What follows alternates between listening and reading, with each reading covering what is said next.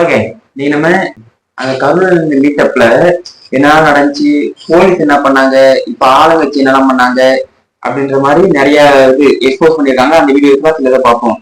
DMK drama expose ஆக அந்த இதை பார்ப்போம்.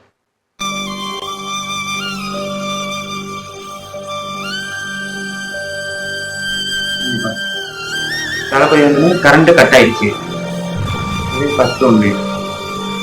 அப்புறம் எங்க இருந்தும் செருப்பு ஸ்லிப்பர் பறந்து வந்து வண்டி மேல அடிக்கிறாங்க.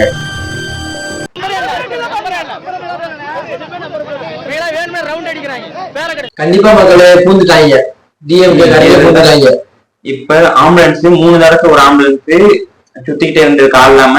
அதை தொண்டர்கள் எல்லாம் பார்த்து யார் நீங்கன்னு விசாரிக்கிறாங்க. இது மாதிரி பலது நடந்துகிட்டு இருக்கு. இப்ப அங்க என்னதான் நடந்துச்சுன்னு பார்த்தா கரண்ட கட் பண்ணிட்டாங்க.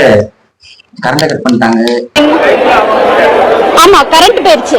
பவர் கட் பண்ணிட்டாங்க. பவர் கட் பண்ணதுனால அவர் பேசுறதும் கேட்கல. அதனால என்ன பண்ணாங்க, சரி கொஞ்சம் முன்னாடி போயிட்டாங்க. போலீஸும் ஊருக்குள்ள தடியடி நடத்திருக்காங்க. ஆமாங்க, தடியடி நடத்திருக்காங்க. மெயினா ஆம்புலன்ஸ், வெறும் ஆம்புலன்ஸ் சுத்து வர்றாங்க.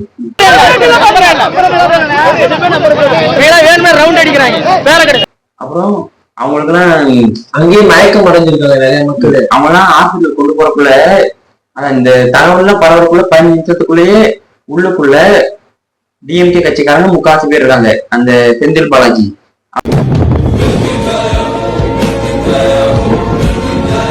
கேக்குறாங்க.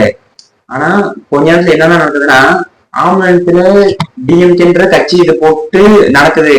அதுக்கப்புறம் அந்த செந்தில் பாலாஜி பேர் ட்ரஸ்ட் பேர் இதை போட்டு வாட்டர் பாட்டில் உள்ள அரசியல் பண்ணிக்கிட்டு இருக்காங்க. ஆம்புலன்ஸ் வாகனத்தில் உடனே திமுக பேனர், மருத்துவமனை குறித்த ஸ்டிக்கருடன் வாட்டர் பாட்டில் என இந்த சூழ்நிலையில அதுக்கான வீடியோவும் நிறைய நியூஸ் வருது.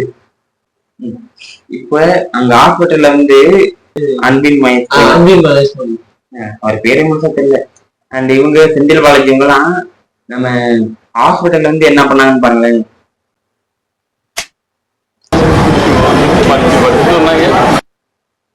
இவரை பாரு, கேமரா பார்த்ததுக்கு அப்புறம் கேமரா அவரு ஆரம்பிக்கிறாரு.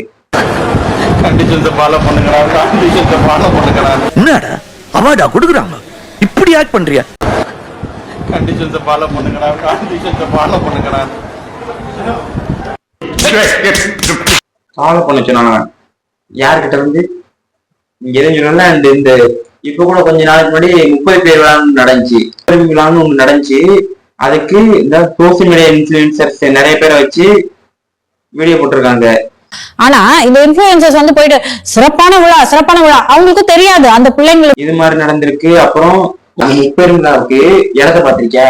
விழா நடத்துறீங்க, எவ்வளவு பேர் எடுத்துறீங்க போட்டு நடத்துறீங்க. 4 நாளைக்கு முன்னாடி 30 விழா நல்ல பரவா நடந்துச்சு. அந்த காலை உணவு சாம்பார் சாதம் ரொம்ப நல்லா இருக்குன்னு அதை பத்தி பேசிருக்காங்க. அப்பயே இந்த புழு பூச்சிலாம் இருக்கு, சாப்பிடவே பிடிக்கவே இல்லை.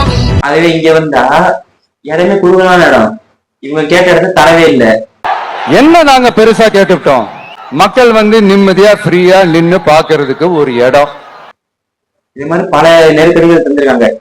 இப்ப நம்ம என்னாச்சும், ஒரு அரசியல்னா டிஎம்கே கட்சி சைட்ல இருந்து இந்த மாதிரி இடம் தர மாட்டாங்க, பல பிரச்சனையை பண்ணிட்டு இருந்தவங்க இவ்வளவு வந்து மக்கள் கைது அடிப்படையில வச்சுட்டாங்க. இவ்வளவு 40 பேர் செத்துக்கு என்ன காரணம், யார் காரணம்? இவ்வளவு எக்ஸ்ட்ரீமுக்கு போவாங்க தெரியல. அண்ட் இது விபத்தாவே இருந்தாலும் இதுக்கு இப்ப ஒரு விபத்து நடந்துருச்சு, இதுக்கு டிஎம்கே மேல சந்தேகம் வரும்னு அப்படி தெரிஞ்சாலும் எதுக்கு அவங்க இந்த இடத்துக்கு டைமிங்க்கு மக்கள் இங்க இருக்கிறவங்களுக்கு தெரியறதுக்கு முன்னாடி அங்க இருக்கிறவங்க தெரிஞ்ச மாதிரி எதுக்கு வந்திருக்கணும் கேமராவோட?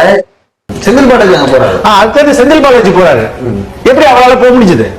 அண்ட் அங்க வாட்டர் பாட்டில் எல்லாத்துலயும் அவ்வளவு வேக வேகமா எப்படி இவங்க கட்சி பேரு அதெல்லாம் அரசியல் அங்க ஆரம்பிக்கிறாங்க. இதுதான் அரசியல். அதான் ஃபுல்லா எல்லாமே. இப்ப என்னன்னா அரசியல்னா என்னன்னு தெரியாம இருந்தோம், இப்பதான் உண்மையில அரசியல் என்னன்னு காட்டுறாங்க. இதெல்லாம் பார்க்கும்போது விஜய் நாம பழைய மாதிரி நடிக்கவே போயிருங்க, இந்த ஆட்சியில நாங்க இருந்துக்கிறோன்ற மாதிரிதான் இருக்கு. பட் மக்கள் இவங்களை புரிஞ்சுக்கிட்டாங்க. கண்டிப்பா புரிஞ்சுக்கிட்டாரு.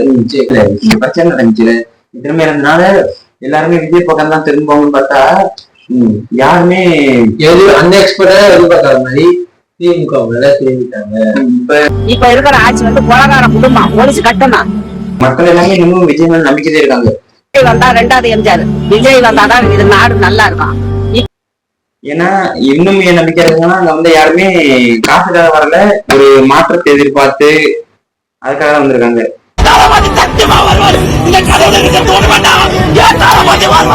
இந்த எந்த சூழ்நிலையும் உங்களை விட்டு கொடுக்க மாட்டோம்.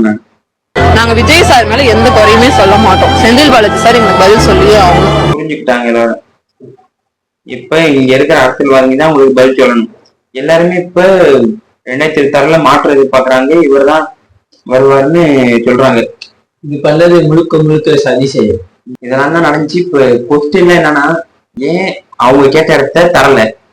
இவ்வளவு பெரிய கூட்டம் இருக்குன்னு தெரியும் உங்களுக்கு கவர்மெண்ட்டுக்கு, அதுக்கான இடம் கடவுள் இல்லவே இல்லையா? இது போலீஸ் ஏன் தடியடி நடத்தினாங்க?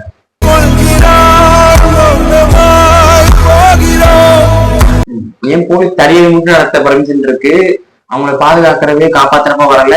ஏன் ஒரு கட்டப்பட்ட அவரை சொல்லிப்பாரு கட்டப்பட்டிருக்குன்னு கை, அது மாதிரியே இருந்தாங்க. அந்த கரண்ட் எதுக்காக அந்த நேரத்துல கரெக்டா கட் பண்ணீங்க? அதுவும் அவர் வந்தோடனே பேச ஆரம்பிக்க முன்னாடி கரண்ட் கட் ஆயிருக்கும். அதே மாதிரி ஆம்புலன்ஸ் இருக்கு விட்டாங்க. ஆம்புலன்ஸ் வெத் ஆம்புலன்ஸ் சுத்திக்கிட்டே இருந்துச்சு. அதெல்லாம் எதுக்காக? அதான் இது எல்லாமே உங்களுக்கு புரிய வைக்கிறதுக்காக முடியல. இதெல்லாம் புரிஞ்சா கமல்ல சொல்லாதீங்க, அடுத்த வருஷம் உங்களோட ஓட்டுல சொல்லுங்க. விஜய் சொன்ன மாதிரி என்ன பண்ணணும்னு உங்களுக்கு தெரியும். அதான் கரெக்டா இப்ப புரிஞ்சுக்கங்க.